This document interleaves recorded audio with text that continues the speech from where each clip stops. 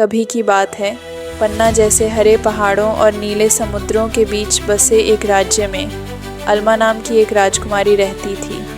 कई राजकुमारियों की तरह जो केवल भव्य नृत्य समारोहों और रेशमी वस्त्रों का सपना देखती थीं, अल्मा का दिल महल की दीवारों से परे विशाल दुनिया के लिए धड़कता था। वह रेगिस्तानों में सूर्यास्त का पीछा करना, प्राचीन जंगलों की फुसफुसाहट सुनना और दूर के समुद्रों का नमकीन स्वाद चखना चाहती थी। शाही पुस्तकालय की हर नक्शे पर उसकी उंगलियों के निशान थे। आने वाले व्यापारियों की हर यात्रा की कहानी से उसकी आंखों में तारे जगमगाते थे। उसके पिता राजा एल्ड्रिक अपनी बेटी को शांत गर्व और थोड़ी चिंता से देखते थे। वे जानते थे कि एक दिन सिंहासन उसका होगा, फिर भी वे उसकी बेचैन आत्मा के पंख नहीं काट सकते थे। उसके 21वें जन्मदिन की सुबह, जब भोर ने आकाश को गुलाबी और सुनहरे रंग से रंगा, राजा अल्मा को महल की सबसे ऊंची बालकनी पर ले गए। अपनी आंखें बंद करो मेरी घुमक्कड़, उन्होंने धीरे से कहा। जब उसने आंखें खोलीं तो वह हाँफ गई। नीचे निजी हवाई पट्टी पर सुबह की धूप में चमकता हुआ एक शानदार जेट खड़ा था, चांदी के हंस की तरह चिकना। उसके पंखों की नोक पर नाजुक सोना जो शाही चिह्न से मेल खाता था।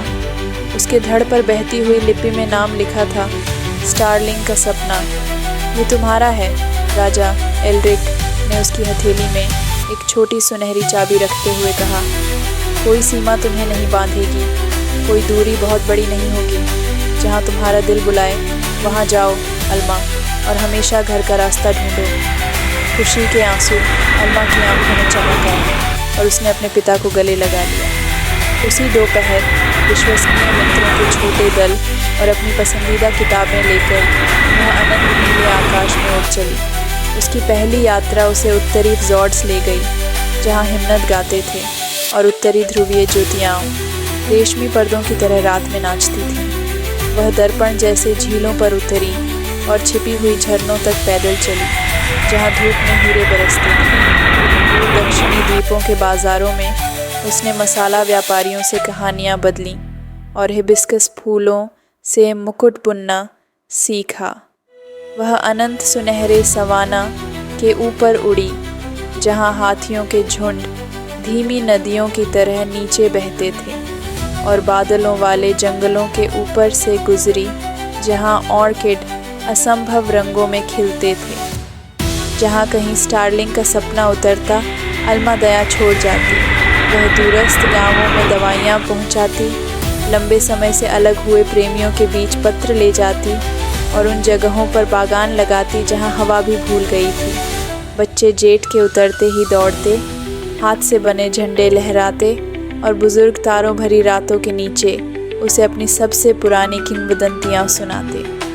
साल एक प्रिय किताब के पन्नों की तरह पलटते गए। अल्मा ने छिपी नदियों में गुलाबी डॉल्फिन देखे, वसंत की घाटियों में चेरी ब्लॉसम के नीचे चली और गुलाबी पत्थरों से बने प्राचीन रेगिस्तानी शहरों पर सूर्योदय देखा।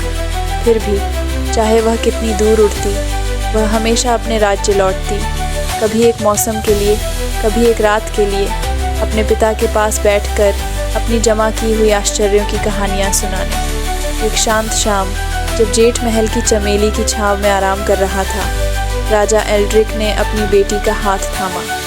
तुम्हें राज करने के लिए जन्मा था, उन्होंने कहा, लेकिन तुमने पहले आकाश पर राज किया है, और इसी कारण जब मुकुट तुम्हारा होगा, तुम दिलों पर राज्य करोगी। अल्मा मुस्कुराई। दुनिया के क्षितिज अभी भी उसकी आंखों में चमकते हुए। दुनिया ने मुझे सिखाया कि सीमाएं केवल नक्शों पर रेखाएं हैं, उसने जवाब दिया, और दया किसी भी जेठ से तेज़ यात्रा करती है। उस दिन से राज्य के लोग राजकुमारी अल्मा और उसके चांदी के पंखों वाले स्टारलिंग के सपने की कहानियाँ सुनाते, कैसे उसने साहस की भावना को हवा पर ले जाकर उड़ाया, ये साबित करते हुए सबसे बड़ी शाही गरिमा दीवारों के अंदर रहने में नहीं, बल्कि पृथ्वी के हर कोने को छूने की हिम्मत में है। और जब भी बच्चे आकाश में किसी विमान की धारी देखते, वे फुसफुसाते, वह राजकुमारी अल्मा जा रही हैं एक और सपने का पीछा करने, और वे हमेशा सही होते थे। वे आश्चर्यजनक रूप से खुशी से जिए। कहानी का सार या नीति यह है, सच्ची स्वतंत्रता और महानता दीवारों के अंदर सुरक्षित रहने या अपेक्षाओं से चिपके रहने में नहीं, बल्कि खुले दिल से दुनिया का अन्वेषण करने की हिम्मत में छिपी है। जब हम अपने जुनून का पीछा करते हैं, जहाँ भी जाते हैं दया बिखेरते हैं और उस प्रेम को याद रखते हैं जो हमें घर खींचता है, तब हमें पता चलता है कि सबसे वसीआ क्षितिज हमें सबसे गहरी बुद्धि सिखाते हैं और सबसे चमकदार मुकुट वे पहनते हैं जो उठते हुए दूसरों को भी ऊपर उठाते हैं। या सरल शब्दों में, साहसिक यात्रा आत्मा को समृद्ध करती है, दया हर दूरी को जोड़ती है और सबसे बहादुर शासक वे होते हैं जो पहले उड़ना सीखते हैं।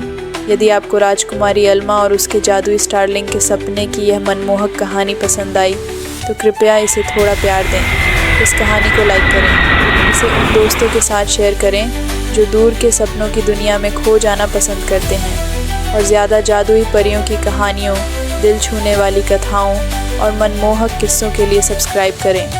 इस सफ़र में साथ देने के लिए बहुत बहुत धन्यवाद। आपका साथ दुनिया भर की खुशी देता है।